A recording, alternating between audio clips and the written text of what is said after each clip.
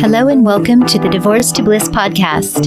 Here you will learn all things related to healing from divorce, mind, body, and spirit, so you can create a beautiful new life filled with happiness. I'm Rachel Ruby, author of Divorce to Bliss, divorce coach, speaker, and attorney, and I'm so glad you found me here.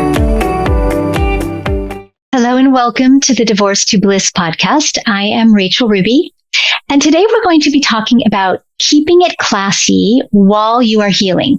Now, many people don't really think about staying classy or being classy and relate it to healing. But I have always been of the belief that it is so important to be classy, and whether this applies to your business, your professional persona, or in your life in general, I think being classy gets you so much further than the opposite, not being classy. And I also think that in healing, we have to really keep checks on ourselves in how we put ourselves out there when we are healing, and staying classy will help you to heal. So let's dive into this interesting topic. And I have 7 ways to stay classy while you are healing. And the first one is to maintain an attitude of gratitude. And you know, if you are a listener or a viewer of my podcast, that I talk a lot about gratitude, being grateful. And when we are grateful, it helps us in our relationships. It helps us in our perspective, in the way we see things and the way we relate with others, and in how our daily routine is going to go. And if we are feeling and expressing gratitude on a daily basis, on a continual basis, we can heal better. We can heal faster. There have been studies about this, that the mindset, keeping it positive, being grateful is the way to really get anywhere in a better, or quicker, however you want to identify it, time frame. So being grateful, how does that keep you classy? Because being grateful keeps you grounded. And when you are of that mindset, instead of looking at a problem as something negative, and you look at it as, wow, I'm so grateful to be here, to be able to solve this problem. And when I solve this problem, I'm going to feel really good. So that kind of an attitude is going to help you stay classy, because it's going to help you in your response and in your relationships. So let's look at some others and see how all of this interrelates. The second point is to maintain high standards in relationship. So this applies to all relationships, whether it is your relationship with those you love, with your friends, neighbors, coworkers, whether you're in a romantic relationship or a relationship with your children or even your former spouse, it doesn't matter. When we maintain high standards in relationships, we can heal better because we feel better about it, right? So if you, for example, and you have your former spouse and you get on the phone with that person and you start yelling at each other or something about the children and the custody, etc., for example, and you have a fight, you can close your eyes and imagine how that feels inside, and it doesn't feel good, right? It creates stress, it creates drama, it might even, it raises your heart rate. It might make you feel stressed or upset. So when we feel that way, it's harder for us to focus on healing because we're not coming from a positive place. So high standards, what does that mean? That means that we're going to speak nicely to people. We're going to take care of ourselves. We're going to take care of others to the extent that we can or we are able. And we are going to take breaks when needed. So it really is about taking care of the self so that you can be the best person you can be in relation to others, in relationships with others. And number 3 is integrity. This is one of my favorites because I value integrity so much.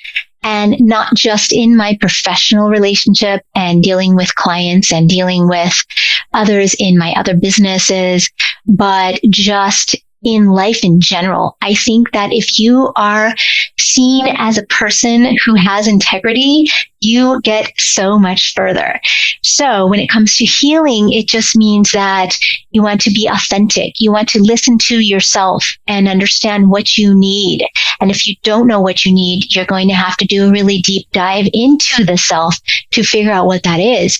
And so it means not getting angry with yourself or blaming yourself or blaming others, and just being honest with yourself and realizing that this hard thing that you're going through, this divorce or coming out of the divorce and this healing journey that you're going through is going to only happen if you're honest with yourself and you're authentic. Also, you want to have a purpose in everything that you do. You don't just want to do something to get through it and get it done or sweep it under the rug, so to speak. You really want to, I think of like a lotus blossom kind of opening up, and you are that blossom and you are the journey. And the journey is you. And the only way you're going to get through it and become the best version of yourself and have this new life for yourself that you envision is if you have purpose in everything you do. You also, in order to have integrity, you want to be a trustworthy person, a reliable person, and you want to be consistent. And this applies both, again, to everything you do outside of your healing journey, but also within the healing journey. There's no quick way to jump steps, to jump up the ladder from the bottom rung to the top. It is something that happens in time, and there's no time frame. And so maintain that integrity. That is going to help you to heal better and faster.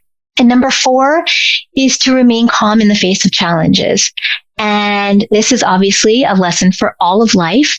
But when we are healing, sometimes staying calm becomes a little bit more challenging because it can be much easier when we are stressed or pressured or overwhelmed, and for us to just kind of jump or yell or scream or feel all this angst inside, and that doesn't help us. So we really want to practice remaining calm in the face of challenges. And the great way to do this is to be in tune with your breathing, to meditate, to learn to meditate and not be afraid of that.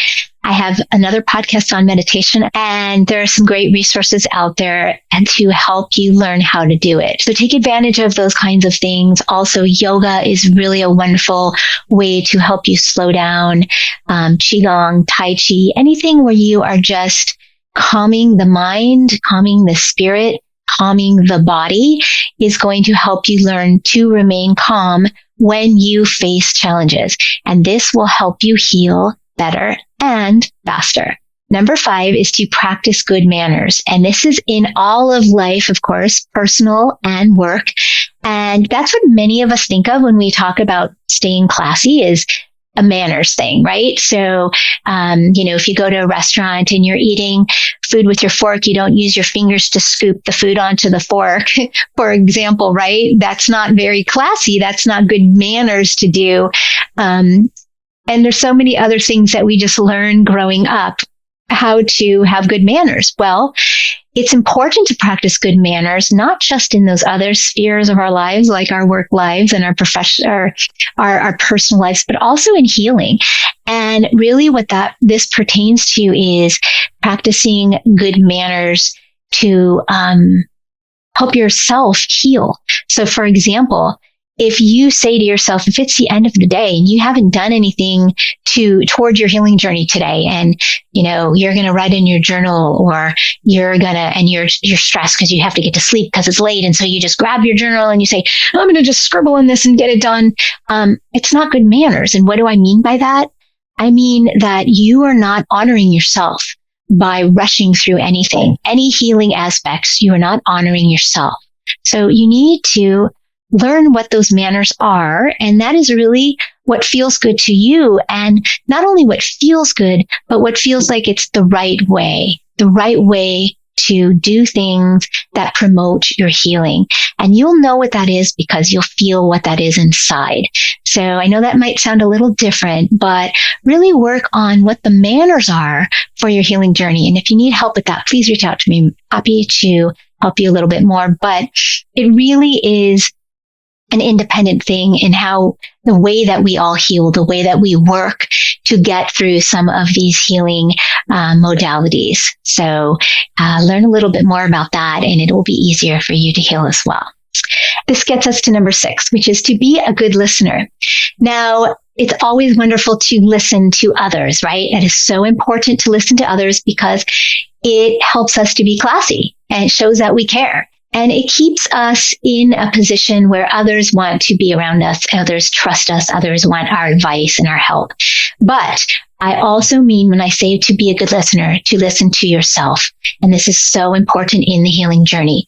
And this is threefold again. We have to listen to ourselves in body, mind, and spirit. So if your body is telling you that something isn't feeling right, if it's exhausted, if you're trying to work on a healing modality and your body is just tired, you need to stop and take a break. And if your mind is telling you that right now isn't the moment for me to start forgiving, dive into why I can't forgive my former spouse because we just had a huge argument about the children and I need to just distance myself from that, then you need to really listen to the self. And the more that we learn to listen to ourselves, the easier the healing journey is going to be, the better we're going to feel. And when we feel better, the healing journey is not as long, right? So these are all things that we just need to learn sometimes. And granted, these things that I'm telling you today on how to stay classy when you're healing, many of these things you've heard before, they're nothing new. But when we put it into this context of staying classy, it really helps us to heal better and to learn to trust ourselves and to learn to listen to ourselves. So number 7 is to be true to yourself. And this kind of goes along with being the listener, the good listener. And again, just trusting what we need in body, mind, and spirit. All three. Let's say you're working on your self-worth because you have an issue with that since you divorced and you really feel like you're not good enough, not smart enough, not able to heal, let's say. A lot of people feel that way at one point or more during their healing journey. And so let's say you're diving into an exercise to work on your self-worth, but your ego is telling you, you can't do that. You're not good enough, right? Or you're not going to ever figure that out. Then you need to be true to yourself and you need to realize that you can do whatever you want to do as long as you have the desire, the belief, and the expectation that it will happen. And I talk about this in other podcasts as well. So being true to the self means that we want something to happen. We desire it. We believe it can because we know how strong we are. We know we can do it. And we expect it's going to happen. And once we have all those things, we can be true to the self and listening to what we want, body, mind, and spirit. And applying this being true to the self to your relationships with others. Again, these all tie into each other. You want to do unto others what you would like done to yourself, right? So if you are going to, let's say you get upset with somebody, instead of yelling at them or turning around and feeling really angry, you just take a breath, step back, and take a minute to compose yourself and then realize that, hey, I wouldn't want to be treated that way. So how would I like to be treated? And that's being true to yourself too, because you're being your best and highest version. When do you respond to somebody in a way that is positive? So those are my 7 tips on staying classy while healing. And again, you may have heard all these things. You may be familiar with all of these things, but you may not have associated staying classy with these 7 things. So I hope that you learned a little something today. And if you have any questions, please feel free to reach out to me and keep on striving to stay classy so you can heal better.